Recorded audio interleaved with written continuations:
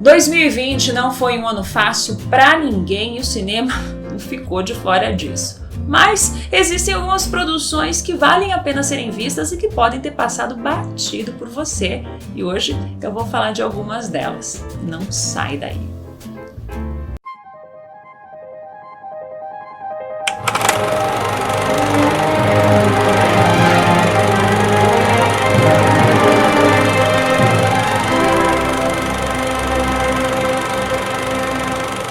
E aí pessoal, tudo bom com vocês? Eu sou a Erika Eremink e hoje é dia de listão aqui no Ao Pé da Lente, um listão super especial de final de ano com 5 filmes incríveis lançados agora em 2020 e eu garanto que tem filme que passou batido por você. Então prepara seu estômago, prepara teu coração porque essa lista tá fuerte, estoura tua pipoca e aperta o play. Frank Toussaint é um diretor de um colégio muito querido por todo mundo que, junto com seu braço direito, a assistente Pam Glucklin, feita pela sempre ótima Allison Janney, desviam dinheiro da escola para seu uso pessoal. Acima de qualquer suspeita, eles fazem isso faz, muitos anos. Mas quando uma estudante jornalista tenta entender por que aquela escola com goteira no teto e salas interditadas está fazendo uma plataforma de quase 8 milhões de dólares, ela se depara com a inconsistência nas notas fiscais, números de telefone falsos e uma sujeira bem maior do que ela imaginava.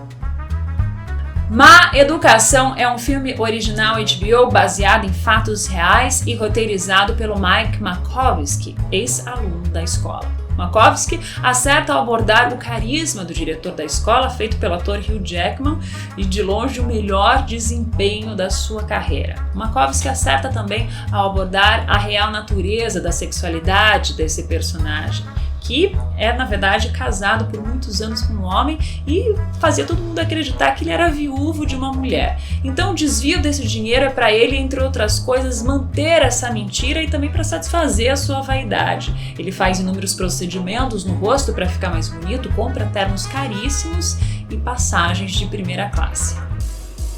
A narrativa do filme aborda de forma quase satírica a questão da manutenção do status quo vivido pelo personagem principal e o que a sua extrema vaidade foi capaz de fazer para manter uma aparência irretocável para as pessoas. O filme é bem escrito, bem dirigido e que ainda consegue uma façanha incrível de fazer com que a gente tenha ao mesmo tempo raiva e dó dessa pessoa que prejudicou tanta gente durante tantos anos. Atentem para a última cena do longa, uma verdadeira poesia cinematográfica, onde a gente consegue ver toda a criatividade, o refinamento do diretor Corey Feely e a entrega do Hugh Jackman nesse papel.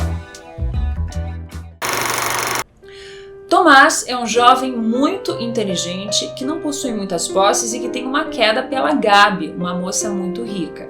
Buscando por ascender rapidamente, ele plageia um trabalho na faculdade e é expulso. Os pais da moça são responsáveis por auxiliá-lo financeiramente, mas logo a gente percebe que eles tiram sarro da simplicidade do rapaz e a gente só consegue saber disso porque ele deixa o celular dele lá, propositadamente, no modo gravador, para descobrir o que falam dele.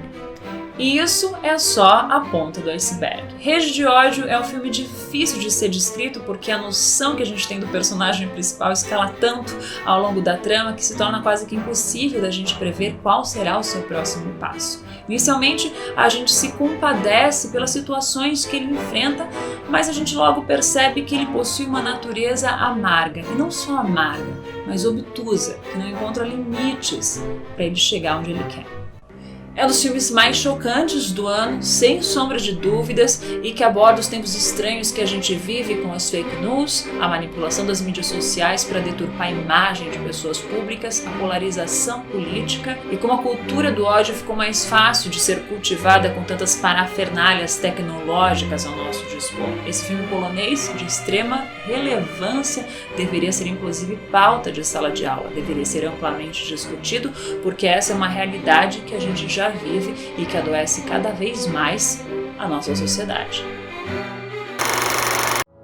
George Blackledge é um xerife aposentado casado com Margaret, que depois de perderem seu filho, deixam Montana em direção à Dakota do Norte para recuperar o netinho que está com a mãe, que se casou novamente com um cara violento.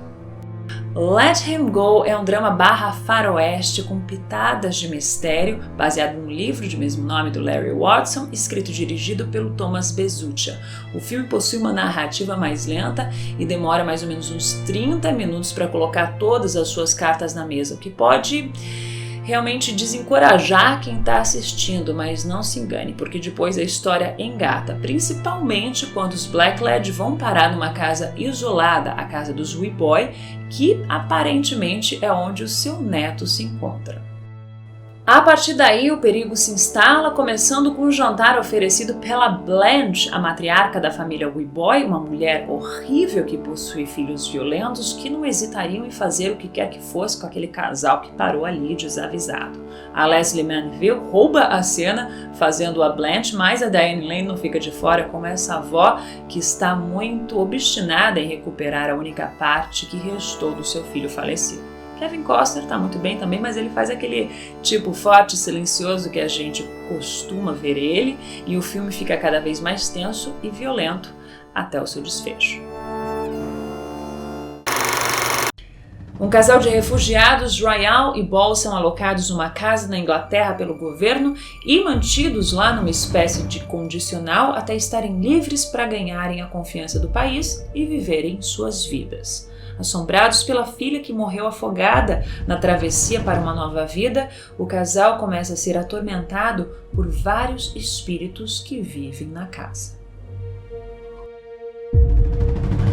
O que ficou para trás é um filme escrito e dirigido pelo Rami Wicks, que me impressionou muitíssimo. Curiosamente, eu não concordo com várias das escolhas dele como diretor aqui nesse filme, em especial o uso excessivo de jump scares, que na minha opinião ainda é a forma mais barata e mais sem refinamento de você assustar alguém. Mas por que eu gostei tanto desse filme? Eu gostei muito porque, apesar do desfile carnavalesco de espíritos dentro de paredes, existe um forte roteiro que te surpreende e te leva para lugares que você não esperava visitar. Eu sou partidária de que a culpa é um dos sentimentos que mais aterrorizam o ser humano, e o Ramis utiliza disso colocando pistas ao longo da construção dessa narrativa com frases que soam ao mesmo tempo poéticas e assustadoras, como: a sua vida não é sua, você a roubou, ou ele disse para eu não acreditar em você, você é um mentiroso. Ao longo da enxuta 1h30 de filme, nós somos levados ao Sudão, acompanhamos detalhes de uma guerra que os fizeram fugir daquele lugar e acompanhamos também os espíritos sedentos por cobrar uma dívida. Não posso deixar de mencionar as performances fantásticas da Umi Musako e do Chopin Derisu, atores incríveis que eu não conheci o trabalho e que seguram os silêncios desses personagens de uma forma assim esplêndida. Eu também queria parabenizar o editor desse filme, que me deixou absolutamente maluca com as passagens elipsadas que ele fez de uma cena para outra. Que trabalho bonito! Assistam, vale muito a pena.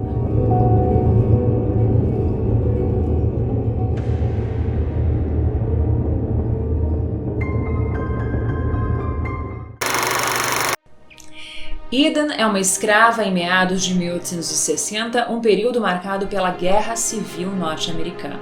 Ela vive numa fazenda reformatório, onde todos os negros trabalham numa grande plantação de algodão e são tratados de forma violenta e cruel pelos senhores daquele lugar e seus soldados. Eden é violentada todas as noites e numa delas ela acorda com o som do seu celular nos dias de hoje e ela se chama Verônica, uma escritora bem-sucedida e ativista do movimento negro. Ela é bem casada, tem uma filhinha linda e parece não se recordar do que aconteceu. Antebellum, ou como foi chamado aqui no Brasil, A Escolhida, título horrível, que não tem absolutamente nada a ver, né, gente? Porque Antebellum, na verdade, quer dizer aquele período que antecede a guerra, mais especificamente o período que antecedeu a Guerra Civil Norte-Americana.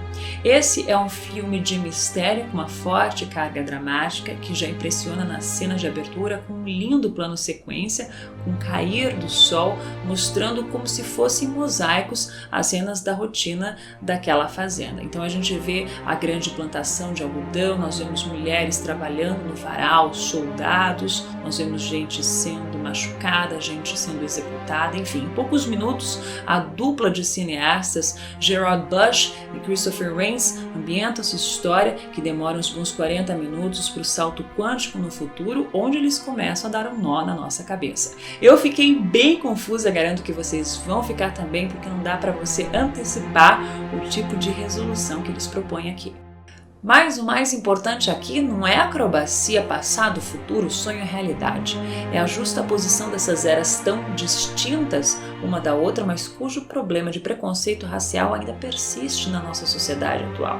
Fazer isso de forma estilística, utilizando uma narrativa não linear, só colabora na construção do suspense vivido pelas personagens da Janelle Monáe, que inclusive está muito bem nesse filme.